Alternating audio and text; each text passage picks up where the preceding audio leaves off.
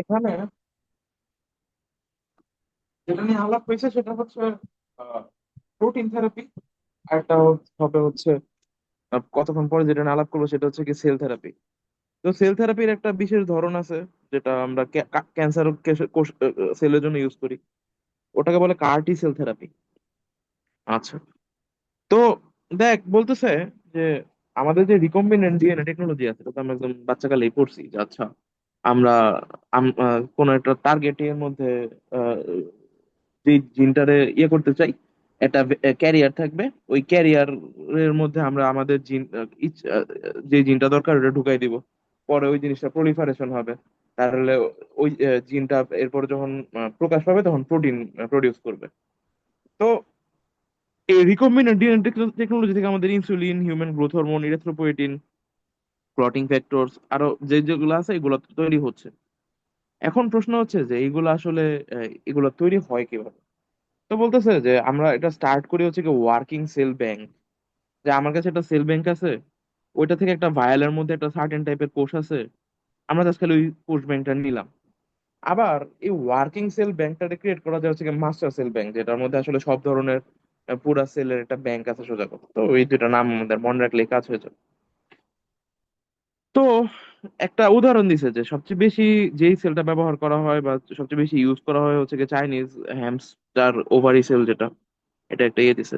তো প্রশ্ন প্রশ্ন হচ্ছে যে এই প্রোটিনটা আমরা আসলে তৈরি করি কেমনে। তো আইডিয়াটা খুবই বেসিক যে আমরা সেলটা নিব, ওই সেলটারে একটা বায়োরিয়েক্টরের মধ্যে দিব। তো যখন ওইখানে বায়োরিয়েক্টরের মধ্যে দেয়া হবে, তাইলে ওইটার মধ্যে আমরা এটারে মানে সেলগুলারে সংখ্যা বৃদ্ধি করতে দিব। তো ধরে নিলাম যে ওই সেলের মধ্যে আমার পছন্দ মতো জিন ইনসার্ট করা আছে।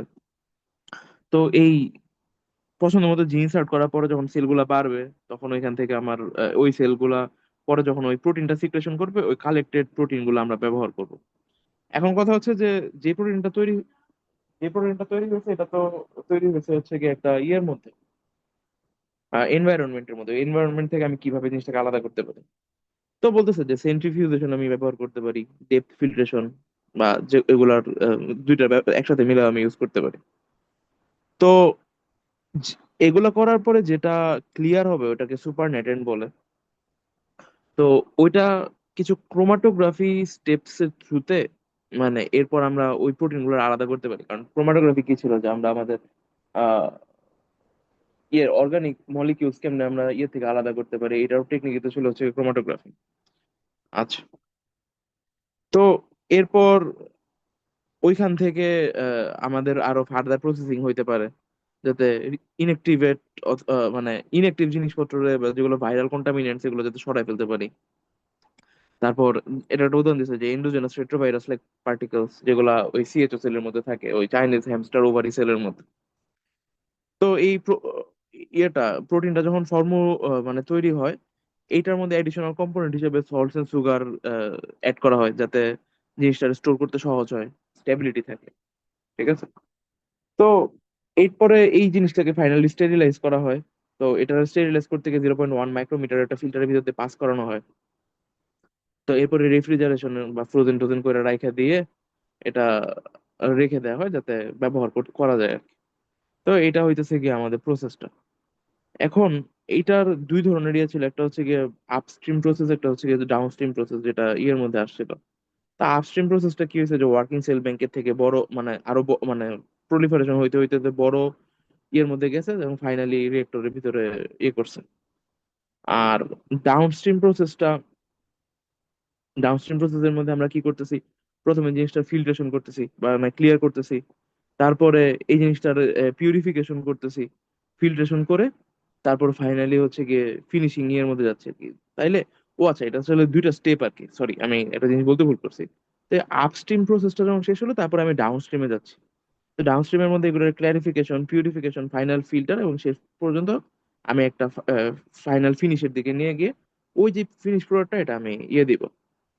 তো এটা গেল হচ্ছে গিয়ে সেলের ভিতরকার একটা জিনিস আমরা সাপ্লাই দিলাম, এটা হচ্ছে গিয়ে protein therapy.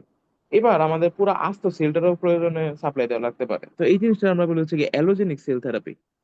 Allogeneic cell therapy হচ্ছে আমি যদি অন্য মানুষের কাছ থেকে সেল নেই, ওই সেলটা যদি আমি বডিতে ইনসার্ট করাই আহ ওষুধ হিসেবে, তাহলে এটা হচ্ছে কি অ্যালোজেনিক সেল থেরাপি। আর যদি আমি আমার নিজের সেলটারেই নিয়ে এই সেম কাজটা করি, এটা বলে অটোলোগাস সেল থেরাপি। আচ্ছা, অ্যালোজেনিক সেল থেরাপি মধ্যে মানে আগের সাথে এটা পার্থক্যটা হলো যে আমরা আগে জাস্ট একটা প্রোটিন আমাদের লাগতো, আর এই জায়গার মধ্যে পুরো টিস্যু আর সেলটাই নেওয়া হয়, এই সেলটারে প্রলিফারেট করতে করতে করতে করতে ফাইনালি ওই সেলটারে করে আমি এই জিনিসটারে ইয়ে দিয়ে দিই, মানে প্রোডাক্ট হিসেবে ব্যবহার করি। আচ্ছা, তো এই সেলগুলো ফাইনালি দেওয়ার আগে ওয়াশ করা হয়। তারপরে ওই যেসব মানে জিনিসপত্র বিভিন্ন প্রসেসে অ্যাড করা হয়েছে এগুলো যাতে ধুয়ে চলে যায়। তো সকল কোয়ালিটি কন্ট্রোল টেস্ট কমপ্লিট করার পরে এগুলা হসপিটাল অ্যাডমিনিস্ট্রেশনের কাছে পাঠায় দেওয়া হয়, ফার্দার জিনিসপত্র এগুলো বাংলা কথাবার্তা। তো দেখ, এইবার আসছে হচ্ছে অটোলোগাস সেল থেরাপি, যে কথাটা মাত্র বলছিলাম, যে তাহলে মেইন ডিফারেন্সটা কি, যে এবারে টিস্যু আর সেলটা পেশেন্ট নিজেদের কাছ থেকে নেওয়া হয়েছে। তো এই সেলগুলারে ম্যানুফ্যাকচারিং সাইটে পাঠানো হয়। তো এরপরে বাকি আগে যে স্টেপস গুলা ছিল, এই স্টেপস গুলা আমি ফলো করে যাব। তো কথা হচ্ছে যে এটার মধ্যে একটা পার্থক্য আছে, যে যেহেতু অটোলোগাস, তার মানে হচ্ছে গিয়ে যে এটার সোর্স কেবলমাত্র আমি, তাহলে আমার থেকে তো আর খুব বেশি সেল নেওয়া যাবে না। তো দেখা যায় যে এটার জন্য আর অত বেশি ভলিউম লাগে না, তো এটা ছোটখাটো টি ফ্লাস্ক বা এই ধরনের কাজের মানে জিনিসপত্রের মধ্যে কাজ হয়েছে। আচ্ছা, তো এতক্ষণ ধরে আমি যে আলাপগুলো করছিলাম যে সেল থেরাপি আর প্রোটিন থেরাপির মধ্যে একটা পার্থক্য কি, এখানে সেল নিজেই হচ্ছে গিয়ে প্রোডাক্ট। তারপরে সেলগুলো যেগুলো আমি ডেলিভার করবো ওটা অ্যালাইভ এন্ড ফাংশনাল হইতে হবে। আচ্ছা, তো কি বলতেছে যে রিকম্বিনেন্ট প্রোটিন যতটুকু অ্যাভেলেবল, অটোলোগাস থেরাপির জন্য আমার কোনো সেল ব্যাংক অ্যাভেলেবল না। খুবই ভালো কথা যে আমার রিকম্বিনেন্ট ডিএনএ এর জন্য তো একটা পুরো জিন ব্যাংক আছে, ওই জিন ব্যাংক থেকে আমরা চাইলে যতটুকু দরকার নিয়ে নিতে পারি। কিন্তু অটোলোগাস সেল থেরাপি তো হচ্ছেই আমাদের এখান থেকে, মানে আমার নিজের বডি থেকে, তো এটার জন্য তার কোনো ইয়ে নাই। আচ্ছা, আচ্ছা, বলতেছে যে অ্যালোজেনিক প্রোডাক্টস এর জন্য সেল ব্যাংক আছে, কিন্তু নন স্টেম সেল যেই ইয়াগুলো আছে, তো এইটা এখন কথা হচ্ছে স্টেম স্টেম সেল আর নন স্টেম সেল। স্টেম সেল কি ছিল, যে যেটা থেকে আমরা আসলে অন্যান্য অনেক ধরনের সেল তৈরি করতে পারি। তো যদি নন স্টেম সেল হয় কোনো একটা কিছু, তার মানে এক্স্যাক্টলি ওই টাইপের সেলেরই বিশাল বড় একটা ব্যাংক থাকতে হয়। কিন্তু যদি স্টেম সেলের ব্যাংক থাকে, তাহলে স্টেম সেলটারে আমরা বিভিন্ন ধরনের ইয়ে দিয়ে, কি বলে এটারে, উদ্দীপনা দিয়ে এটারে নির্দিষ্ট ধরনের সেলের মধ্যে কনভার্ট করে ফেলতে পারি। তো এই ধরনের ইয়ের মধ্যে বলতেছে যে অ্যালোজেনিক প্রোডাক্টের কাছে যদিও সি আছে, কিন্তু যদি এটা নন স্টেম সেল বেসড হয়, তাহলে ভাই আমার বিশাল বড় একটা ব্যাংক বানাইতে হয়, যেটা আসলে একটা প্যারাই। আচ্ছা, তো সেল থেরাপি হইতেছে একটা পার্সোনালাইজ প্রোডাক্ট। তো এটার এদেরকে রিয়েক্টর থেকে রিয়েক্টরে পাঠানো হয় না, যাতে কন্টামিনেশন না হয় আর কি। আচ্ছা, তো এগুলো আসলে রিডিং পড়ে নিস, আমি মেইন জিনিসে চলে যাই।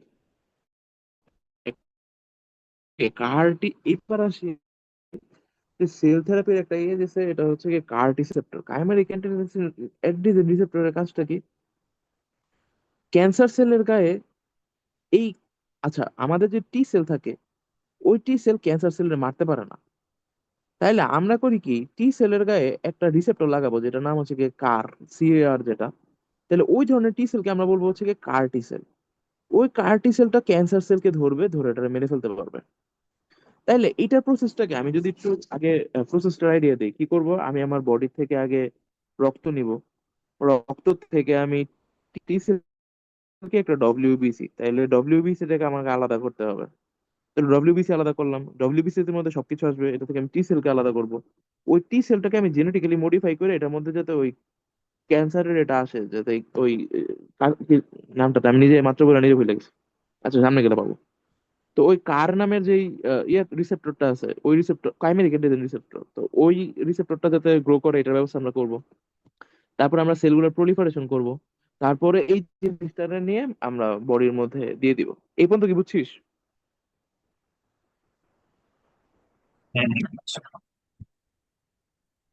আচ্ছা, তাহলে অ্যালোজেনিক সেল থেরাপির কথা এবার যেগুলো বলতেছে, যে অ্যালোজেনিক সেল থেরাপির মধ্যে একটা ইম্পর্টেন্ট ডোনার, অ্যালোজেনিক কি আরেকজনের কাছে যেটা নিচ্ছি, তো ডোনার সিলেকশনটা ইম্পর্টেন্ট, যাতে সে হেলদি, তার বডির মধ্যে কোনো ইনফেকশন না হয়, তারপরে তার ইমিউন সিস্টেম যাতে কম্প্রোমাইজ না হয়, এটা আমাদেরকে মাথায় রাখতে হবে। আচ্ছা, আর আমাদের একটা মেইন প্রবলেম যেটা সেটা হইতেছে যে ধর আমি যদি কারো কাছ থেকে একটা ইয়ে নেই, এরকম অ্যালোজেনিক সেল থেরাপি নেই, তাইলে তার সেলটা যখন আমার বডিতে ঢুকবে, তখন আমার বডি ওইটারে শত্রু চিহ্নিত করতে পারে। তাহলে শত্রু চিহ্নিত করে কি করতে পারে, যে ওটারে মেরে মেরে ফেলার ইয়ে করতে পারে। তো এই জিনিসটারে ডোনার সেল গুলোরে মডিফাই করা হয় যাতে এটা সে আমার বডির মধ্যে কোনো গ্যাঞ্জাম না করে আর কি। তো এইটাও করা লাগতে পারে, ঠিক আছে। তো যেহেতু দেখা যাচ্ছে যে আচ্ছা আমি একজন ডোনারের কাছ থেকে নিলাম, তারপর আমি আমার বডির মধ্যে দিলাম, দিয়ে দেখলাম কাজ হলো না, পরে আরেকজনের কাছে নিয়ে সেম কাজ যদি করা লাগে তাহলে তো ঝামেলা। তো এই কারণে বলতে চাই যে যেহেতু এটা টাইম কনজিউমিং প্রসেস, তাহলে যদি একটা এরকম মানে বিভিন্ন ডোনারের কাছ থেকে নিয়ে একটা সেল পুল তৈরি করে রাখা যায়, তাহলে এটা আমার জন্য ভালো। তো এই সমস্যাটা আবার অটোলোগাসের মধ্যে নাই, আমি আমার নিজের সেলই তো দিচ্ছি আবার ইয়ে করতেছি। কিন্তু অটোলোগাসের ঝামেলা হইতেছে যে এখানে সেলটা সীমিত, যে আমি আমার বডি থেকে চাইলে অনেক বেশি সেল নিতে পারবো না, কারণ আমার বডিতে নাই এত কিছু। তো এখানে আবার আরেকটা গ্যাঞ্জাম কি, যে ধর তোর কাছ থেকে আমি সেল নিলাম, সেল নিয়ে আমি সেন্টারে গিয়ে এগুলো প্রলিফারেশন করলাম, আবার তোর কাছে আমি এটা ফেরত নিয়ে আসলাম। তো এখানে আসলে একটা বিশালই আছে যেটা আপনার সামনে স্কেলেবিলিটির মধ্যে পড়বো। তো এইটা একটা গ্যাঞ্জাম। আবার ধর যার কিনা ক্যান্সার হয়েছে তার তো নিজেরই টি সেল গুলা কম্প্রোমাইজ থাকতে পারে। তো নিজের কম্প্রোমাইজ টি সেলের মধ্যে আমি কতটুকু ইফিসিয়েন্টলি জিনিসটা করতে পারবো, এটা একটা ভালো কোয়েশ্চেন। আচ্ছা, তো এইখানে ওই আগের মতো কিছু কথাবার্তা বলছে যে আচ্ছা, যে আমাদের যেই সেলগুলো থাকে, মানে এই টি সেলগুলো, এটার চারপাশে কিছু রিসেপ্টরস থাকে, যে এইচএলএ বা MSc, major histo compatibility complex যেগুলো ছিল।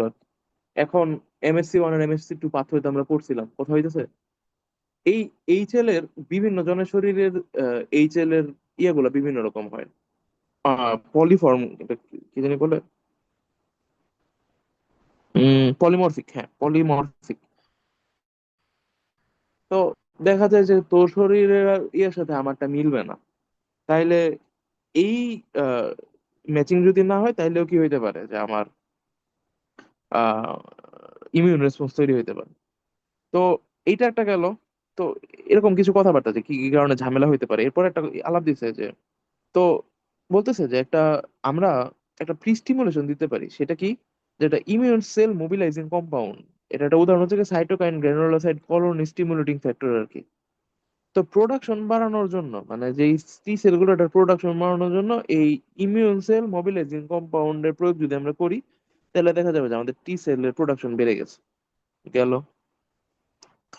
তো এইবার বলতেছে যে কার টি সেলের যেটা, এটার একটা ইমম্যাচিউর টি সেল লাগে। এখন ইমম্যাচিউর টি সেল কেন লাগবে? আমরা যদি ম্যাচিউর টি সেল নেই, একটা টি সেল বিভিন্ন ধরনের মানে ধর একটা টি সেল ও একজনের মারতে পারে, ওর পোস্টার গায়ে নিয়ে ঘুরতে পারে। তাহলে যদি এটা ম্যাচিউরড হয়, তাহলে তো অলরেডি সে কাউকে মারার জন্য প্রোগ্রাম, তাহলে তো আমরা ক্যান্সার সেলকে মারার জন্য তাহলে ইউজ করতে পারবো না। এই কারণে আমাদের কি ইমম্যাচিউর টি সেল লাগলো। এখন কথা হচ্ছে যে হোল ব্লাড থেকে আমরা এটাকে আলাদা করবো কেন? তো ওই যে লিউকোফেরেসিস এর কথা যে বলছিলাম, যে লিউকোফেরেসিস করলে এটা থেকে আলাদা হয়। তো যেটা আসে সেটার মধ্যে 50% টি সেল আসে, 5% আরবিসি আসে, আর 45% আদার্স ডব্লিউবিসি আসে আর কি।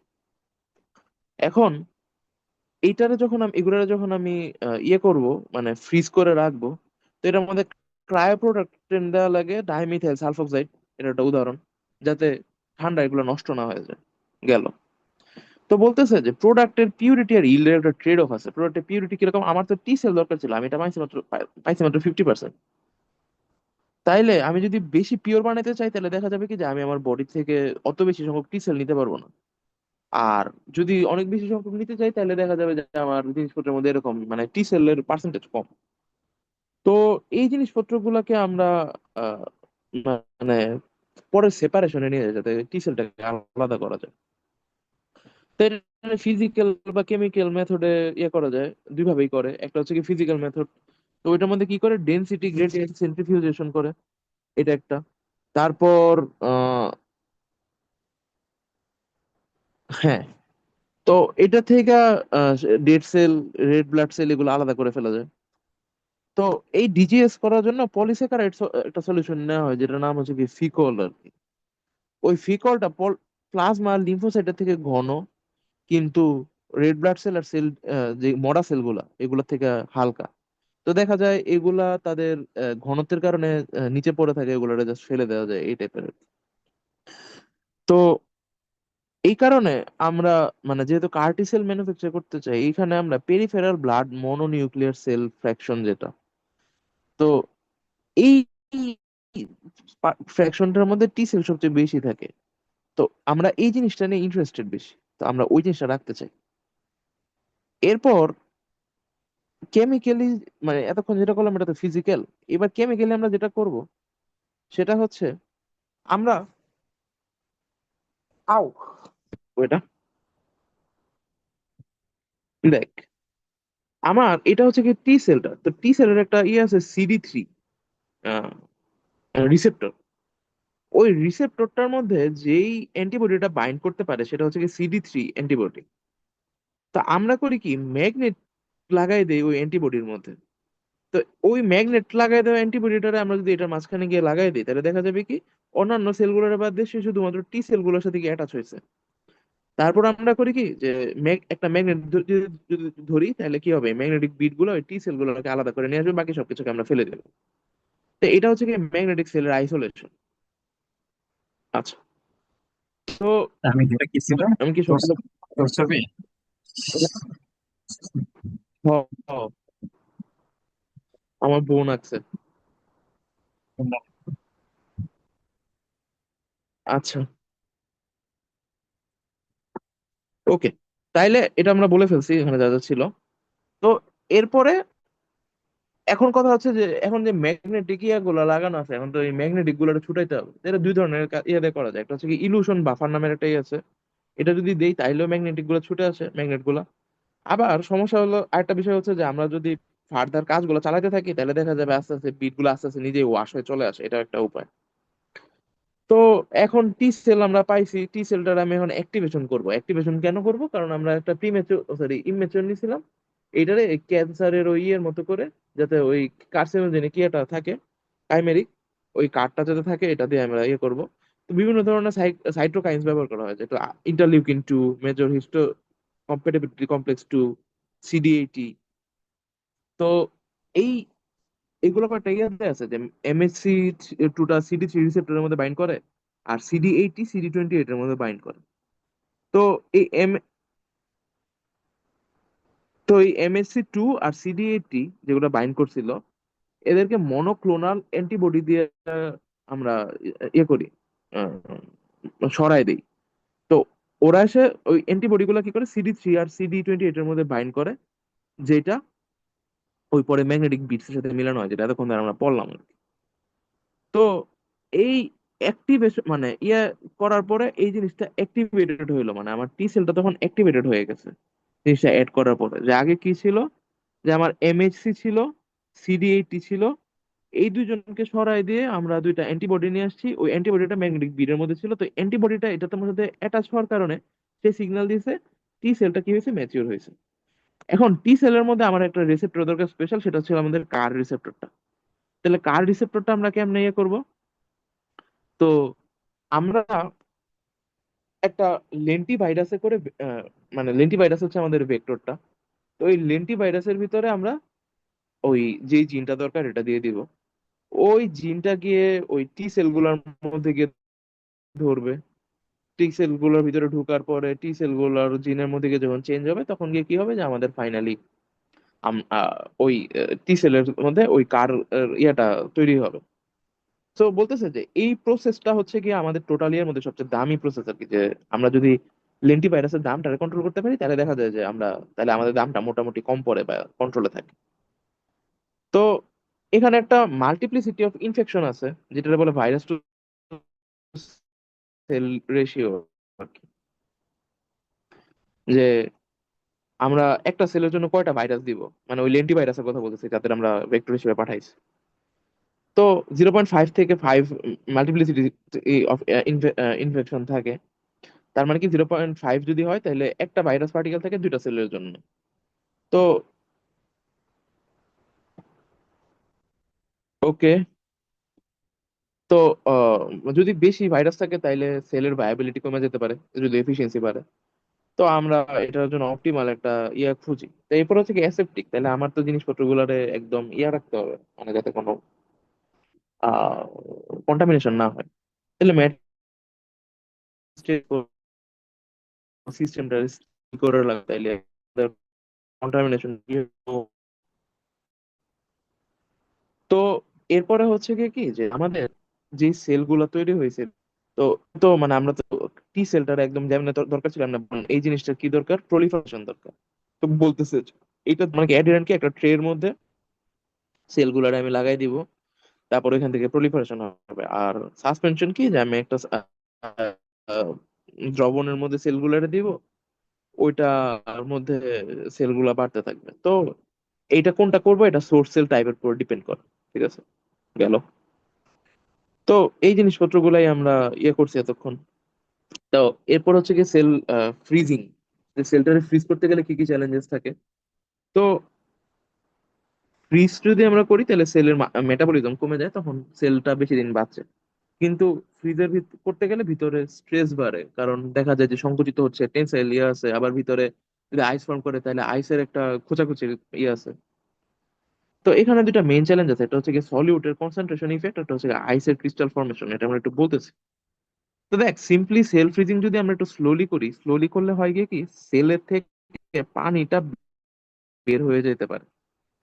তো পানি যদি বের হয়ে যায় তাহলে সেলের ভিতরের মধ্যে কোনো আইস ফর্ম করে না, সেলটা জাস্ট শুকায় যায়। তাহলে এইটা সেলের ভিতরের মানে সেফটির জন্য ভালো। কিন্তু তাইলে পানিটা যে বাইরে গেল, বাইরে থেকে আইস ফর্ম করে খোঁচাগুলো বাইরে থেকে দিবে এখন। এটা একটা প্রবলেম। কিন্তু আমাদের ক্রিস্টালাইজেশনটা যদি অনেক বেশি ফাস্ট হয়, তাহলে দেখা যায় কি যে এই পানিগুলো আর সেল থেকে বের হইতে পারে না। তাহলে সেলের ভিতরে ছোট ছোট ছোট ছোট আইস ফর্ম করে, ক্রিস্টাল ফর্ম করে। আবার ওই বৈশিষ্ট্য হইলো, সে যখন আইস ফর্ম করে, আইসের মধ্যে ইয়া রাখে না, কোনো আয়ন্স রাখে না, বা এটা না কি জানি বলে, হ্যাঁ, আয়ন্স গুলা রাখে না। তাহলে দেখা যাবে যে পা- বিভিন্ন জায়গার মধ্যে পানি তো ইয়ে হয়ে রয়েছে, তো কোন একটা জায়গার মধ্যে আয়ন গুলাকে অনেক বেশি কনসেন্ট্রেট। এটা একটা প্রবলেম।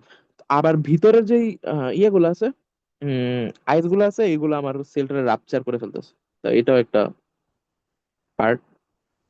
তো এই কথাবার্তাগুলাই বললাম এতক্ষণ। তাহলে আমাদের কি করতে হবে, যে আমাদের একটা অপটিমাল স্পিডে এটারে ফ্রিজিং করতে হবে, যাতে কিনা জিনিসপত্র নষ্ট না হয়। তো এই গেল। তো এইবার লাগে ফাইনাল স্টেজ, আমি সেলটা ডিস্ট্রিবিউট করব। তাইলে আমার কি করতে হবে, যে আমি অটোলোগাস সেল থেরাপি, যেগুলো পেশেন্ট টু পেশেন্ট ছিল, ওটার আমি ওয়ান ডোজের একটা ব্যাচ সাইজ করব, ইয়ারে পাঠাবো। তারপরে ম্যানুফ্যাকচারার এরা নিজেরা নিজের কথাবার্তা বলবে যে এই জিনিসটা কেমনে কি পাঠানো যায়, কি করা যায় না করা যায়। আচ্ছা। তো বলতেছে যে স্পিডি ডিস্ট্রিবিউশনটা হচ্ছে কি জরুরি। ঠিক আছে। তো যাতে এই ফ্রোজেন বা রেফ্রিজারেটর স্টেটে জিনিসটা আমি পাঠাইতে পারি, নাইলে জিনিসটা যদি নষ্ট হয়ে যায় তো ঝামেলা। তো বুঝতেছে যে এগুলো আসলে খুবই বাংলা কথা টাইপের জিনিসপত্র। তো এইখানে কোল্ড চেনের কথা বলছে, যাতে পুরা ইয়াটার মধ্যে জিনিসটা ইয়ে থাকে, ঠিকঠাক থাকে, মানে ফ্রিজিং এর সিস্টেমটা। তো এইখানকার চার্ট গুলো দেখি, সেটা নিয়ে কোনো ইয়ে নাই। তো স্কেলেবিলিটি কথা যখন বলতেছে, তো যদি বলতেছে যে অটোলোগাস প্রোডাক্ট, তো অটোলোগাস প্রোডাক্টের জন্য একটা ব্যাচ শুধুমাত্র একজনেরই সার্ভ করতে পারে। তাইলে আমার যদি আহ আমার প্রোডাকশন যদি বাড়াইতে হয়, তাহলে কি করতে হবে, আমার প্রোডাকশন সাইড বাড়াইতে হবে। তার মানে আমার যদি একটা মেশিন থাকে, ওই একটা মেশিনে আমি ওই মুহূর্তে একজনের জন্যই ওষুধ তৈরি করতে পারবো। তার মানে আমার যদি 10 জনের জন্য ওষুধ তৈরি করতে হয়, তাহলে আমার কি করতে হবে, 10টা মেশিন আনতে হবে। আচ্ছা। তো বলতেছে যে এই অটোলগাসের মধ্যে জিনিসপত্র সেম না। তারপর পেশেন্টের ওন সেল হচ্ছে গিয়ে এটার মধ্যে একটা ডিফারেন্স। আবার তো রিকম্বিনেন্ট প্রোটিন ম্যানুফ্যাকচারিং এর ক্ষেত্রে বলতেছে যে স্টার্টিং ম্যাটেরিয়াল গুলা কন্ট্রোল করা হয়, হাই কনসিস্টেন্সি আর রিপ্রোডিউসিবিলিটি পাওয়া যায়। আর অটোলগাস সেল থেরাপির মধ্যে overall health, growth and proliferation rate, prior treatment history, level of characterization, সবকিছুর উপরে বেস করে আমাদের প্রত্যেকটা পেশেন্টের ইয়াও ডিফারেন্ট হতে পারে, ওষুধ আলাদা হতে পারে। তো যেহেতু বলতেছে যে ভেরিয়েবিলিটির কারণে কিছু ব্যাচেস আমাদের ফেল করতে পারে, তো এই ফেইলের রিস্কটাকে মিটিগেট করার জন্য আমরা কি করি, যে যেই সেলগুলো দিয়ে শুরু করছিলাম তার কিছু একটা পার্ট আমি ক্রায়ো প্রিজার্ভ বা ঠান্ডা করে প্রিজার্ভ করে রেখে দিব, যদি কোনো কারণে আমার ওষুধটা নষ্ট হয়, তাহলে যাতে আমি নতুন করে আবার তৈরি করতে পারি। ঠিক আছে। তাইলে এটা ইম্পর্টেন্ট কখন বলতেছে, যদি রিকালেকশন অফ পেশেন্ট সেলস যদি ডিফিকাল্ট বা রিস্কি হয়, কমন সেন্স, এটা কোনো ইয়ে নেই। তো এই জিনিসটা যদি আমরা ম্যাচ করতে চাই, যে যেই বেটার ওষুধ সে যাতে পায়, এটা নিশ্চিত করতে গেলে আমরা কি করতে পারি, যে বার কোডিং বা লেবেলিং জিনিসটা আমরা ঠিক রাখবো, তারপরে প্রসেস কন্ট্রোল গুলো রোবাস্ট রাখবো। তো এইগুলো আসলে মানে আমরা যেমন যেমন চিন্তা করি যেগুলো কেমন কেমন আলাদা করে এটা মানে নাম টাম কেমনে লিখবো, হ্যান করবো ত্যান করবো এটার উপর। তো এইগুলো এখন দেখতে পারিস। তো স্কেলেবিলিটির মধ্যে কয়েক ধরনেরই আছে, যেটা আসলে কেমনে কি করা যেতে পারে। তা একটা হইতেছে কি যে সেন্ট্রাল সাইটের মধ্যে কি হবে, যে সবগুলো আসবে, সবগুলো ওষুধ বানায়, আবার এগুলো সব যেসব জায়গা থেকে আসছে সব জায়গায় ফেরত পাঠাবে, এটা একটা প্রবলেম। তো এইটার স্কেলেবিলিটিটা আমরা একটু বাড়াইতে পারি যদি কিনা আমরা রিজিওনাল ম্যানুফ্যাকচারিং করতে পারি। যে ধর একটা পার্টের মধ্যে কেউ একজন করতেছে, এরকম অনেকগুলো আমার ম্যানুফ্যাকচারিং সাইট আছে। সবচেয়ে বেশি ভয়াবহ রকম মানে উন্নত হবে কি কি যদি আমার প্রত্যেকটা ক্লিনিক্যাল সাইটে একটা ডিস্ট্রিবিউশন মানে বানানোর সাইট হয়ে যায়। তাহলে কি হবে যে আমরা ওইখানের মধ্যে ওষুধ টষুধ বানাইতে পারবো, ইয়ে করতে পারবো, এই আর কি। তাহলে আমার ইয়ে থাকে, বুঝছি জিনিসপত্র। তো আমার মোটামুটি বলা শেষ। আর কিছু দেখাবি এটা? হ্যাঁ, হ্যাঁ। আর কিছু দেখাবি বুঝলি না? নাকি? মানে আর কোনো স্লাইড দেখাবি আজকে কিনা? আজকে থাকবো আমি। আমি একটু বাইরে ইয়ে করে আমি রেকর্ডটা করে আমি